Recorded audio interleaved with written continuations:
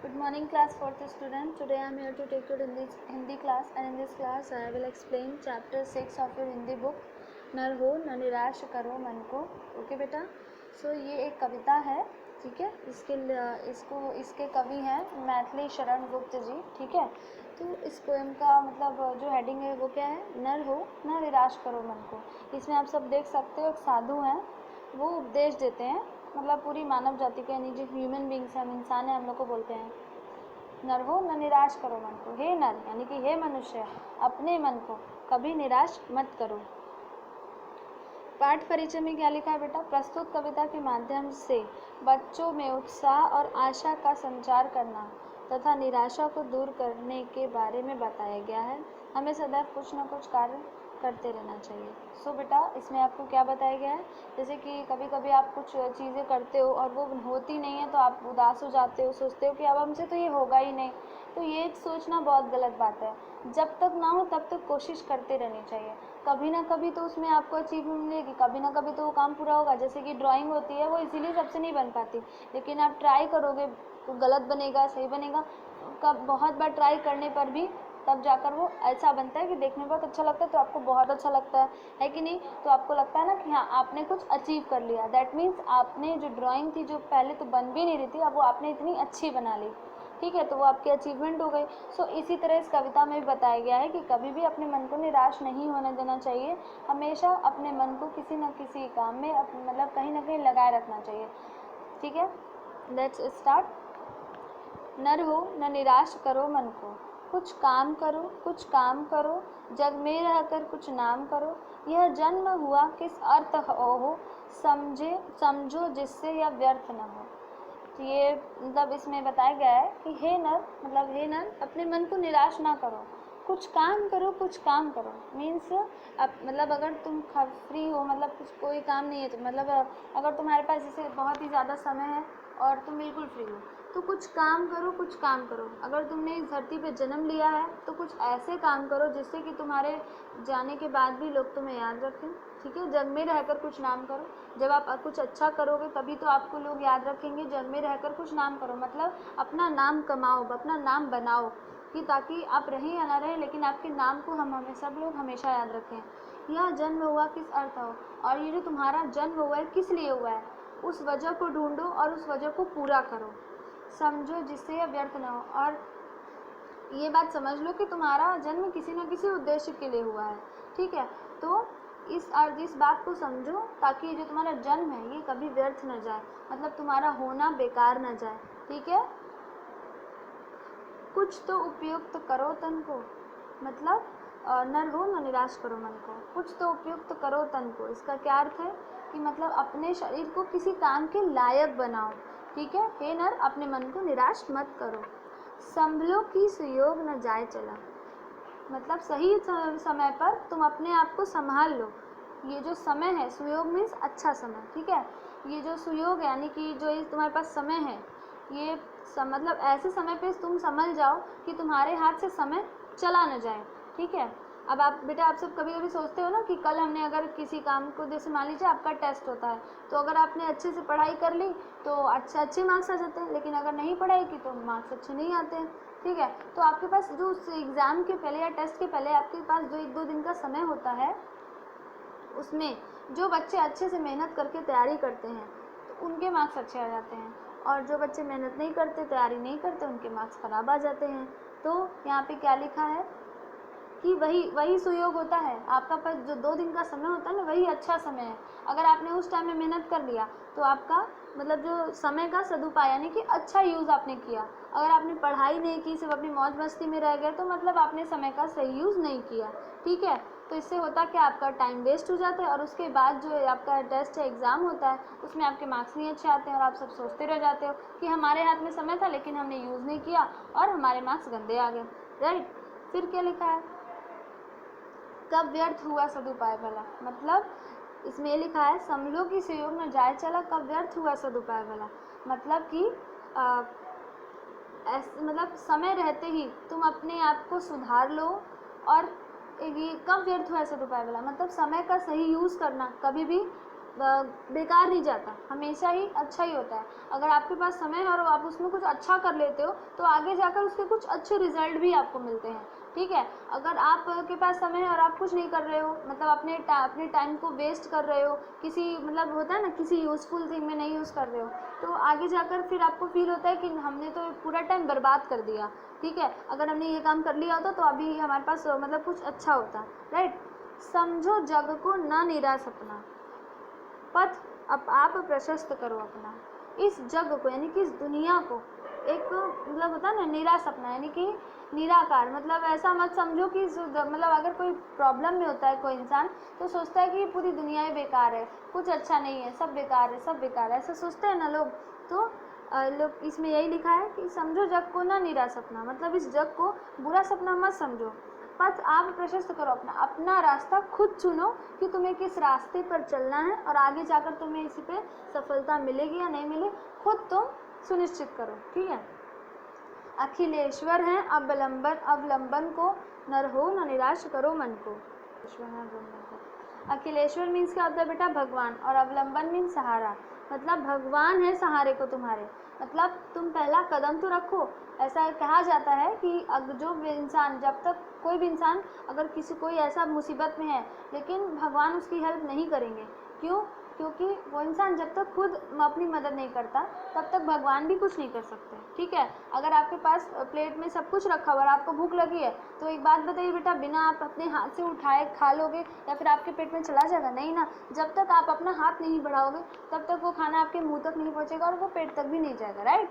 So that means कि आप अगर कितनी भी मुसीबत में हो तो आप ये सोचो कि भगवान आपकी मदद कर दें, तो वो तब तक आपकी मदद नहीं करेंगे जब तक पहला कदम आप नहीं लोगे। मतलब आपको अगर मुसीबत से बाहर निकलना है तो पहले आप कोशिश करिए, उसके बाद भगवान जी आपकी हेल्प करते हैं, ठीक है। ये लिखा है अखिलेश्वर है अवलंबन को, मतलब भगवान है सहारे के लिए। हे नर तुम अपने मन को निराश मत करो, निज गौरव का नित ज्ञान रहे, हम भी कुछ हैं यह ध्यान रहे। निज गौरव का नित ज्ञान रहे, मतलब अपने गौरव का ज्ञान होना चाहिए। मतलब अगर आप कुछ अच्छा करते हो तो बेटा आप, अगर आप मतलब उस चीज़ के लिए फेमस हो जाते हो तो होता है ना, सब लोग आपकी बहुत तारीफ़ करते हैं तो आपको थोड़ा प्राउड फील होता है, आपके अपनों को आपके ऊपर प्राउड फील होता है, आपके पेरेंट्स आप सोचेंगे आपने कितना अच्छा काम किया, राइट।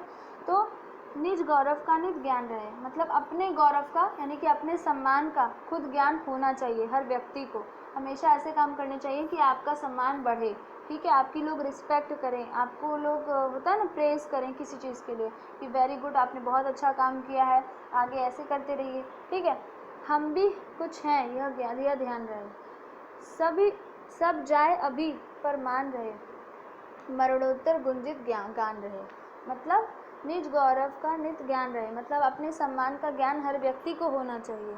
हम भी कुछ हैं, ये ध्यान रहे, और अपने आप को ये कभी नहीं समझना चाहिए कि हम कुछ नहीं हैं, मतलब घमंड नहीं होना चाहिए, लेकिन होता है ना कि इंसान को अपने आप को भी इम्पोर्टेंस देनी चाहिए, मतलब वो अपना भी ख्याल रखना चाहिए, ठीक है।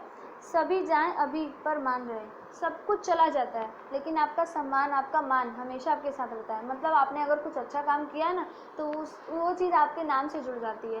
दैट मीन्स अगर आप कुछ बहुत अच्छा करते हो किसी के लिए तो वो हमेशा उस काम के लिए आपको याद रखता है, ठीक है। अगर आपने अपनी क्लास में किसी बच्चे की मदद कर दी, या मान लीजिए किसी की तबीयत बहुत ज़्यादा ख़राब थी, अब उसके एग्ज़ाम अचानक से आ गए, तो अगर उस टाइम अगर आप जो भी पर्सन, जो भी स्टूडेंट उसकी हेल्प करता है वो हमेशा उसको याद रखता है, क्यों, क्योंकि उसको लगता है कि उसके उस टाइम में उसकी हेल्प की गई जिस टाइम उसको बहुत ज़्यादा ज़रूरत थी, ठीक है। तो ऐसे ऐसे काम करने चाहिए जिससे कि किसी की मदद हो और लोग आपका सम्मान करें, ठीक है। और होता क्या है, इंसान मतलब धरती पे रहे या ना रहे, यही काम की वजह से लोग उसको हमेशा याद रखते हैं, ठीक है। आप किसी के साथ रहो या ना रहो, लेकिन अगर आपने कभी किसी की हेल्प की है ना, बहुत अच्छे से दिल से मन से किया है ना कुछ हेल्प, तो वो हमेशा इंसान आपको हमेशा याद रखेगा, भले आप उसके साथ रहो या ना रहो, ठीक है। और आप भी उसे हमेशा याद रखोगे कि मेरा कोई दोस्त था जिसकी मैंने इतनी हेल्प की थी, ठीक है। कुछ हो न तजो निज साधन को, नर हो न निराश करो मन को।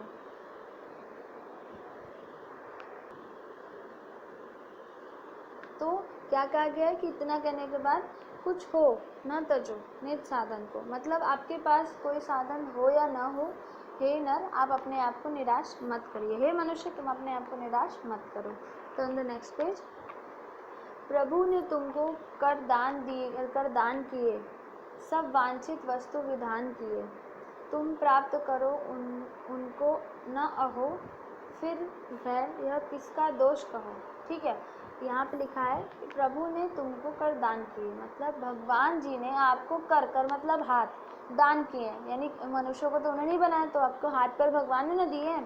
ठीक है, सब वांछित वस्तु विधान किए, और आपकी लाइफ इतनी मतलब ऐसे आपको ऐसे घर में भेजा है, मतलब ऐसी फैमिली में आप जन्म लिए हो जहाँ पे आपको सारी चीज़ें मिलती हैं इजीली, आपको किसी चीज़ के लिए बहुत ज़्यादा परेशान होने की ज़रूरत नहीं होती है कि नहीं। आपको कुछ भी चाहिए होता है, आप तुरंत अपने पेरेंट्स से बोलते हो, आपको मिल जाता है। ठीक है, उसके बाद तुम प्राप्त करो उनको न अहो, और उसके बाद भी अगर आप जो आपका लक्ष्य यानी कि आप बेटा आप सब स्टूडेंट्स हो, तो अगर आप अच्छे से नहीं पढ़ोगे तो मम्मी पापा जो आपकी हर विशेष को पूरी करते हैं या फिर आपकी सारी रिक्वायरमेंट्स का ध्यान रखते हैं, उस मतलब वो सब वेस्ट हो जाएगा। ठीक है, अगर आप अच्छे से पढ़ाई नहीं करोगे, उसमें अच्छे से मतलब अच्छे मार्क्स नहीं लाओगे, तो मम्मी पापा को लगेगा ना कि हमारे जो बच्चे हैं वो ध्यान ही नहीं देते पढ़ने में, तो पनिशमेंट के तौर पे क्या करेंगे, बोलेंगे कि जाओ अब तो हम तुम्हारी चीज़ नहीं दिलाएंगे। फिर क्या लिखा है, फिर है यह किसका दोष कहो। ठीक है, यहाँ पे इस कविता में कहने का मतलब ये है, तात्पर्य ये है, प्रभु ने तुमको करदान किए, भगवान जी ने आपको हाथ पैर अच्छे सलामत से दिए ना, और सब वंचित वस्तु विधान के, और मतलब आपको ऐसे घर में भेजा है कि आपको वहाँ पे सारी चीज़ें मिल जाती हैं आसानी से, तुम प्राप्त करो उनको ना हो। और फिर भी आप अगर अपने जीवन के उद्देश्य से मतलब अपनी वो चीज़ नहीं पा रहे हो जो आप पाना चाहते हो, फिर यह है किसका दोष कहो। तो अब ये बताओ किसका दोष है। इसका तो ये अर्थ यही ना हुआ कि आपने उसके लिए अच्छी तरह से कोशिश ही नहीं की, है ना। समझो ना अलभ्य किसी धन को, न रहो न निराश करो मन को। समझो ना अलभ्य किसी धन को, मतलब अलभ्य क्या मतलब होता है बेटा, प्राप्त ना हो सके। ठीक है, कभी भी मतलब अगर कोई चीज़ आपको अगर नहीं मिलती है तो उसको बेकार मतलब होता है ना, किसी मतलब मान लीजिए कि बहुत कुछ लोग सोचते हैं कि आपके पास बहुत ज़्यादा पैसा होता तो आपको लाइफ में कोई प्रॉब्लम नहीं होती। ठीक है, तो ऐसा नहीं होता। ठीक है, लिखा है ना, समझो ना अलभ्य किसी धन को, मतलब किसी भी धन को अलभ्य नहीं समझना चाहिए। ठीक है, मतलब ऐसा नहीं समझना चाहिए कि आप कभी उसे प्राप्त नहीं कर सकते। आप अपनी मेहनत से और लगन से अगर किसी चीज़ पे मेहनत करोगे, मतलब पढ़ाई अच्छे से करोगे, तो बड़े होकर कुछ अच्छे बनोगे, तो कोई भी चीज़ आप बड़े होकर अब ये मत सोचो कि वो चीज़ आप खरीद नहीं सकते, परचेस कर सकते हो, बट उसके लिए आपको अभी बहुत ज़्यादा परिश्रम यानी कि हार्डवर्क करना होगा। ओके, हे नर हो न निराश करो मन को। हे नर, तुम अपने मन को निराश मत करो। किसी गौरव के तुम योग्य नहीं, कब कौन तुम्हें सुख भोग्य नहीं। तुम किसी भी गौरव के योग्य नहीं हो, मतलब तुम्हें कोई सम्मान मिले तुम उसके लायक नहीं हो, कब कौन तुम्हें सुख भोग्य नहीं, और तुम्हें किसी भी सुख को भोगने का अधिकार नहीं है। ठीक है, मतलब सुख को भोगने का क्या मतलब बेटा, जैसे कि आप सुख मतलब क्या, यानी कि खुशी आपको किससे मिलती है, जब आपके पेरेंट्स आपके साथ होते हैं, आप उनके साथ अच्छा टाइम स्पेंड करते हो, तो यही आपका सुख होता है। ठीक है, तो यहाँ पे ये लिखा है कि अब तुम सम्मान के लायक नहीं हो, और जो तुम सुख मतलब तुम किसी सुख भोगने के लायक नहीं हो, मतलब तुम्हारे लाइफ में कोई खुशी नहीं होनी चाहिए। जन हो तुम ही जगदीश्वर के, जन हो तुम ही जगदीश्वर के, सब है जिनके अपने घर के, सब है जिनके अपने घर के। जन हो तुम भी जगदीश्वर के, तुम भी जगदीश्वर के ही एक जन, यानी कि मतलब जगदीश्वर यानी कि ईश्वर जो हमारे भगवान जी हैं, उनके ही एक छोटे से मतलब होता है ना, ऐसा कहा जाता है कि अगर आप मानो तो कण कण में भगवान होते हैं, तो वैसे ही हर एक इंसान के अंदर भगवान होते हैं, लेकिन ये समझने की बात है। ठीक है, और अगर मानो तो कुछ किसी भी चीज़ में भगवान नहीं है।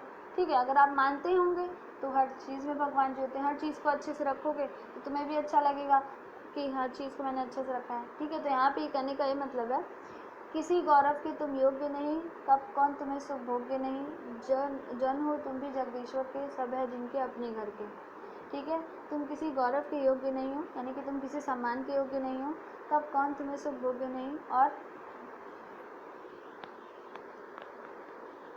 और तुम सुख भोगने के योग्य भी नहीं हो, मतलब तुम सुख के योग्य नहीं हो।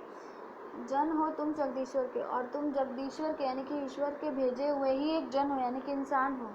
सब हैं जिनके अपने घर के, तो मीन्स जहाँ जहाँ से सब आए हैं वहीं अपने मतलब सबसे बड़ा घर सबका कहाँ पे, भगवान का घर है।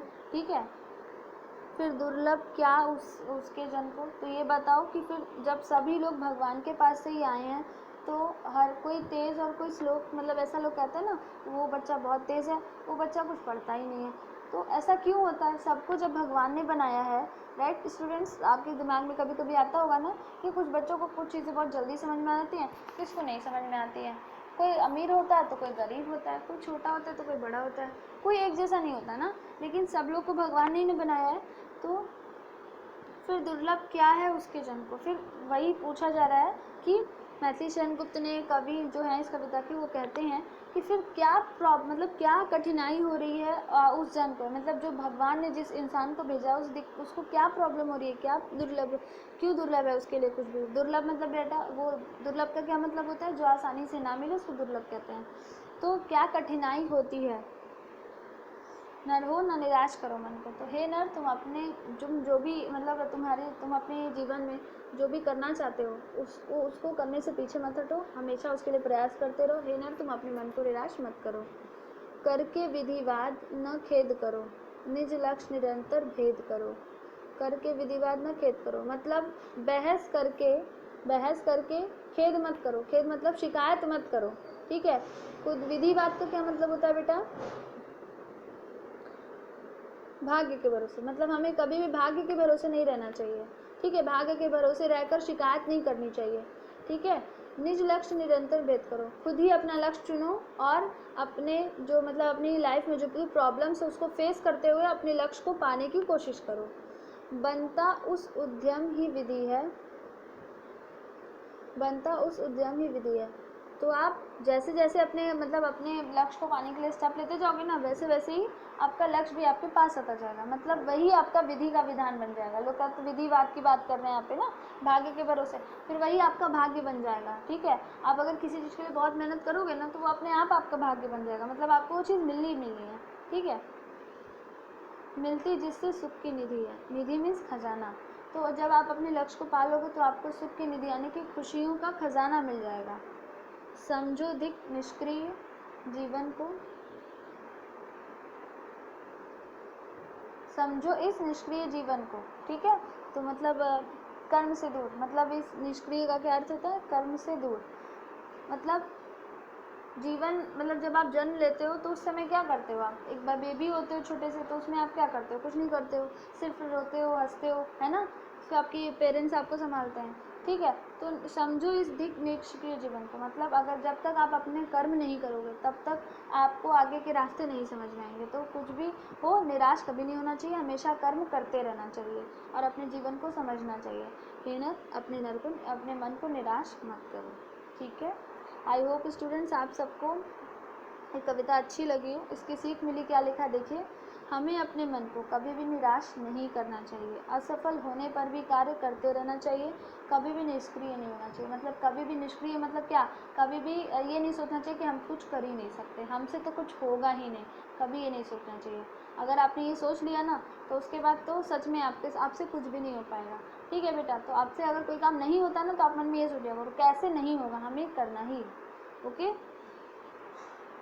आई होप स्टूडेंट्स आपको कविता अच्छी लगी और आपको बहुत कुछ सीखने को मिला हो। Okay, that's it for today.